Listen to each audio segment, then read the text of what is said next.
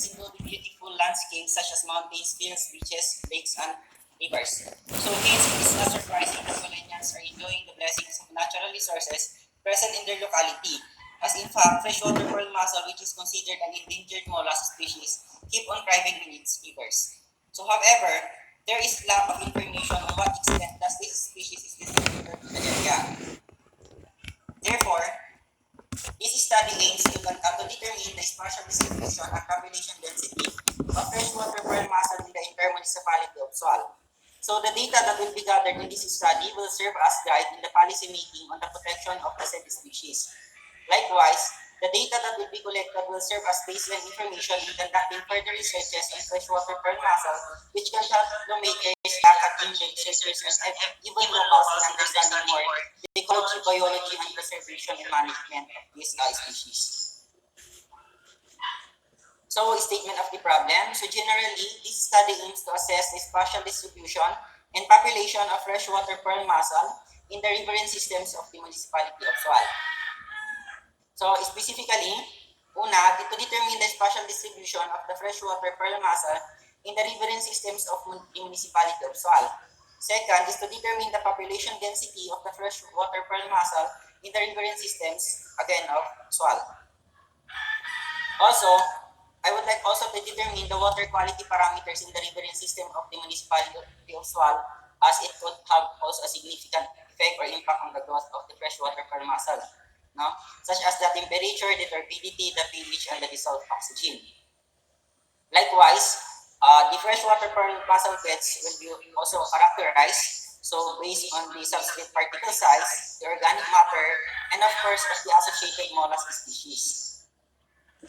So, panglima, or the last, it is to identify the species of freshwater pearl mussel found in the riverine system of the municipalities of Sual to molecular technique. So, this is just to further characterize or identify if it is really a margaritifera species. So, definition of terms, we will say spatial distribution describes where a population of freshwater pearl mussel is located, and the population density describes how many individual freshwater pearl mussel are given in area or space. So research design, this study will utilize descriptive type of research, so as it focuses on the assessment on the distribution and the population density of the freshwater pearl mussel using the transect quadrat method. So yan. So the location of the study, the study will be conducted in the municipality of Sual. So specifically, the site of the study is on the identified systems found in the municipality. So site identification and selection will be based on the data that will be gathered by the researcher on the local government of Sual, particularly from the Office of the Municipal Agriculture and the Office of the Municipal Planning and Development. Although, I have already identified some barangays that have this riverine system, but for reassure that I could makakandak din ako sa lahat ng barangay na may riverine system, I will also go to the Municipal Planning and Development and to the MAU office for yung sa clarification pa. So the study will be conducted during low tides months from December to February, that's my target months, for the easy conduct of the study because mas sabong ito medyo low tide, bababa yung tubig. So sources of data. Data on the spatial distribution and population density of freshwater pearl mussel will be collected based on result of the transect and quadrat method of assessing mollusks. So I will be using the transect and quadrat method, which are being used by most researchers in the conducting the assessment on the distribution and abundance of mollusks as a whole. So instrumentation and data collection, the distribution and population density. A transect quadrat method will be employed in the study. Transect line will be laid parallel to the river banks, and the 1 by 1 meter quadrants will be established side by side along the established transect line with an interval of 5 meters. So, however, the length of the transect lines and the interval of each transect lines will depend on the topographic area. Depende po kung sa mapupuntahan naming barangay na may river is kung mas maluwang, siguro mas maraming transect quadrat ang pwede ilagay. The freshwater pearl mussel and other mollusks will be manually collected inside quadrats rather. The number of freshwater pearl mussels and the other mollusk species in each quadrat will be counted. After the counting, all the collected freshwater pearl mussel will be returned back to the area where did I get. No, kasi it is subjected under the law na hindi tayo pwedeng mamuha ng mga endangered species. So samples of the other mollusks present will be taken for photo documentation or their identification. And una din pala, we will seek, before the conduct of the study, we will seek a permit from the Bureau of Fisheries and Aquatic Resources and the DNR as it is an endangered species na. So the data that will be gathered on the transit-quadrant method will be used and analyzed using statistical methods and formulas. So in the population density will be estimated using the equation below, which is the number of individuals counted over the area sample. So for water quality monitoring or measuring, so medyo mas madali kasi on-site water quality parameters will be done. So we can use the DO-meter in determining the temperature and dissolved oxygen. And for the pH, we can use the pH meter, a simple pH meter. And for the turbidity, we will use the CKDs. And these measurements or monitoring will be conducted on site. So characteristics of beds naman. So for the sediment particle size, we will use the weight sieving method by Buchaan 1981 for the sediment particle size. And for the organic matter, we will use the loss on emission analysis, which is ginagamit para sa organic matter, pag-measure ng organic matter sa isang soil. And for the associated mollusk species, kaya nasabi ko kanina, bibilangin din kung anong i-identify at bibilangin kung anong species ang nakikita per quadrant aside from those freshwater pearl mussel. So for further identification of the species of freshwater pearl mussel, molecular technique called 16S-RNA gene sequencing will be employed in the identification process. How we will do that? We will send a sample to the Philippine Genome Center located at the PGC building, A. Maria Regidor Street, National Science in Quezon City for analysis. And for the analysis of data, for the evaluation of freshwater pearl mussel spatial distribution in the riverian systems of the municipality of Sual, we will be using the canonical correspondence analysis and the cluster analysis. And we will also look for another statistical methods that we can use in expressing or in showing the spatial distribution of these species. So that this is just my reference. This is my reference po. And that's the end of my presentation. Thank you. And God bless me at least my and blessings of the Lord be with you all. Thank you.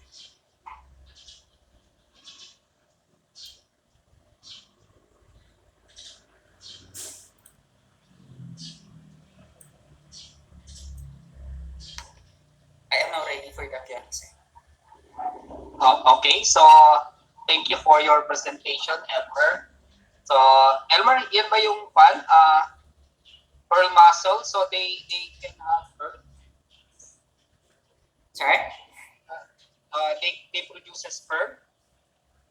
Yes, sir. Based on article, sir, yes. Pero based on naman sa actual na nakikita ko, sir, na kasi ako naka-encounter na ako ng ganyan sa amin sa SWAT. Wala pa naman ako nakikita, sir, ng shell na nagpo-produce, na may pearl mismo. Okay. Okay, so one muna with a question and answer from Ma'am President, from Sir John. Okay, so either one of you can start now with a question. Sir, ako po muna siguro. Sige, Jan. Sorry, ma'am. Ikaw okay lang. Okay. Okay, good morning, Bariba. Yes, good morning, sir. Ang unang tanong ko, it's the Margaritifera.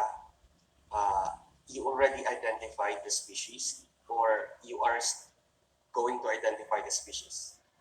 Sir, actually, sir, I think it's Margaritifera, but I put in the title just the Margaritifera spp just to make sure that this species is the Margaritifera, sir, because there are 13 extant species of this freshwater pearl mussel. And I just want to more clarify, sir, I just put nga dun sa aking last part sa methodology na I will submit a sample of this one to just clarify or really identify into the molecular level po itong species. What if this is not the species that produces the freshwater pearls? Well, sir, I'm not into the production of freshwater of the pearl, sir. What I'm into is to the of course provide I can provide a data that it can be used by the well, my purpose here is to provide a data on the Sangguniang binoswal for the protection of this one, because there is a law that that protects this endangered species. However, there is a lack of enforcement kasi as nagaswan, nakikita ko kasi na there are lack of information. There are lack of enforcement. No?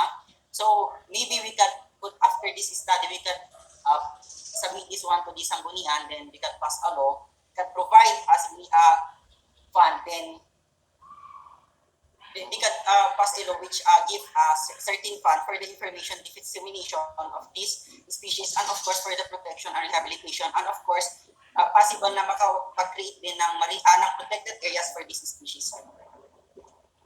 I'm not into the production, sir.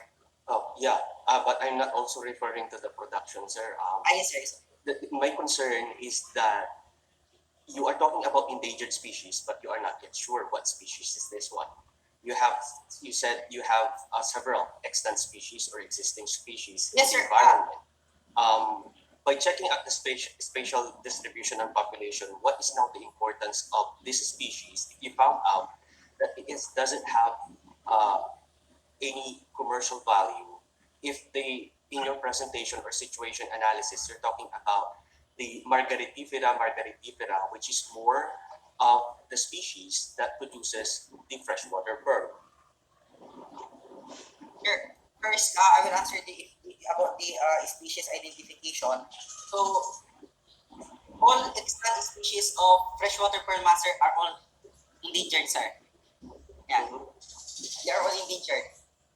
And what is the importance of this is that, kaya nasabi ko, sir, it could be used as a baseline information. And I can say na here, Sanggunian, there is a population of this species here, and we need to protect it. Then, that's it, sir. Yes, sir. That's why they are endangered species. You will be working with endangered species later on. Yes, sir. And I wanted to know what's the importance of knowing the spatial distribution and population density of this freshwater species, because as we provide this particular information to the public, they will definitely find the exact location of these species. These are endangered species. So what will be, I'm talking about the consequences of exposing the organisms. So I would like to, I just want you to find how are you going to reconcile this. Because Well, actually, sir, local people knows where these species are found. So Nung why, nagpakuha ko ng sample, sir, alam nila kung saan nila makikita yun, sir. I just want to show lang in a data as a whole that where does this species can be found. Saang barangay, saang riverine system makikita, sir. if they And have another the, one, what my objective is that this species, this is just a prior study for it to for me. Actually, initially, no, as colloquium, I presented, what I will going to present sana is the collection, are the potential inhibitory component or inhibitory about the antibacterial effect of this soft tissue extract. Yun nga nakikinga tuloy kasi yun nga, endangered siya. So, I also want to conduct studies like on the propagation, on the breeding and hatchery of the freshwater pearl mussel using the native tilapia which are present in the riverine system as well as Euglossidia host po as parasite. So, parang pinaka-umpisa pa lang talaga ito, sir. I just want to get just information, sir, baseline information. but this is for the public. And You just mentioned that they already know where are these located. Yes, sir. Okay. Freshwater bird. I guess you're working with endangered species. It's not enough to have a permit from the local government or from the barangay. What you need here is a gratuity permit, and it usually takes you to have maybe less than 6 months to secure a permit like this, and much more because you're dealing with endangered species. Although you are not going to collect, you are exposing also this endangered species. It's like saying that this will be in public. These are the regions where you can find the endangered species. Sir, pardon, sir. Ayun lang. Since you are going to deal with the endangered species, I think it's not enough to have a simple permit. What kind of permit are you going to secure? Sir, as far as I know, sir, I get seek permitations and aquatic resources unto the DNR, sir. And if in any case, I will seek legal advice on them also if they are not the one to release a permit, sir. It's the permit, the it's the gratuitous or gratuity permit tawag dyan. And medyo mahirap ito because you are going to deal with endangered species. Although you're not going to collect, in your study, you are going to expose their location. So yun lang. Usually it takes someone to secure a gratuity permit uh, around 6 months or more. For foreigners, it will take them several years, or a year or more than a year to secure this. So yun. I think it's actually DNR and BFAR. Magkasama yan. But the one who will release the permit will be the Bureau of Fisheries and Aquatic Resources. The DNR will have to, you will get some authentication that the area is not really, let's say for example, a protected area. Anyway, if it's a protected area, that's the reason why you have to go to DNR, and then later on the BFAR will need those permits or authorization so that they can issue you a gratuity permit. And the gratuity permit can only have a effectivity. Pag natapos na effectivity, you stop doing activity. You cannot conduct or try to go in that area and try to observe, even if you're just going to observe. And that's the effect of gratuity permit. So you have to look into your timeline pag gagawin mo to. Kasi yung palang pag-secure ng permit, hindi madali. I've done this already. So that's why I'm sharing it with you that it's not easy to secure a permit, especially this one, that you are working on several species that are classified, as you claim, that are classified as endangered species. Yun lang po muna. Okay, sir. Sir, thank you for that input, sir. Thank you very much, sir. Sir, if I need to seek advice now to my colleagues in before or anyone, then I will do it, sir, just to push this one, sir. Okay. Elmer, yan ba edible? Actually, yes, sir. Do fishermen harvest that? Yeah, yes, sir. Actually, sir, when I was, nung hindi pa po ako fisheries student, sir, inaadobo talaga namin yan, sir. Okay, so siguro yun na magiging partly objective mo. Yes, sir. If you find it na talagang endangered sila, then siguro maging objective mo is on policy. No, Yes, sir, on policy. Kasi there's still no protected areas for this species, sir, doon sa SWAT. Or any areas kasi wala pa akong makitang researches related to the distribution and density or abundance of this species, sir, dito sa Pilipinas. Okay, so you need to establish siguro basic information on those parameters, spatio-temporal distribution of this organism. So that later, in your study, you might have, let's say, although it is endangered, there will be some time kung anong time sila pwede mag-harvest, anong time na pwedeng kumuha niyan, di ba? That could be an input. Pero ang tanong ko pala, Elmer, will it be just a special problem or will it be part of your thesis? Maganda rin kasi pa, no? Pwede mo nang sinisimulan portion by portion habang nag-colloquium tayo. Then later, you come up with the whole paper. Parang ganon. Parang this is just one part. Pwede rin, no? So, nasa sayo yan. Kasi kung thesis yan, kulang.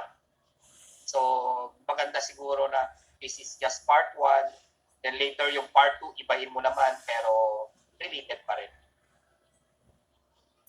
Yes, sir. Sir, actually, sir, what my plan is to conduct this research sana within this year. Kaso nga lang yun, sabi nga ni Sir Chan, na it takes around 6 months to take to seek permit. So maybe I really want to push this one, sir, before I will going to do my research paper because one of my which is better na research paper sana is entitled na yung about breeding and hatchery of this species using native tilapia as a host of Lucidia. Lucidia is the larval stage or the parasitic stage of this freshwater pearl mussel. Okay. Sige. We move on muna kay Ma'am Presi. Ma'am Presi, we have some questions. Yes. How do you know na endangered siya? Ma'am, based on articles, ma'am, that I had read. Oh, pero sino ang mga nag-research? Okay, ma'am, I will show na lang yung dito sa Ay, hindi. Sino yung authors ng article? Sino yung author ng article na nagsasabing endangered siya?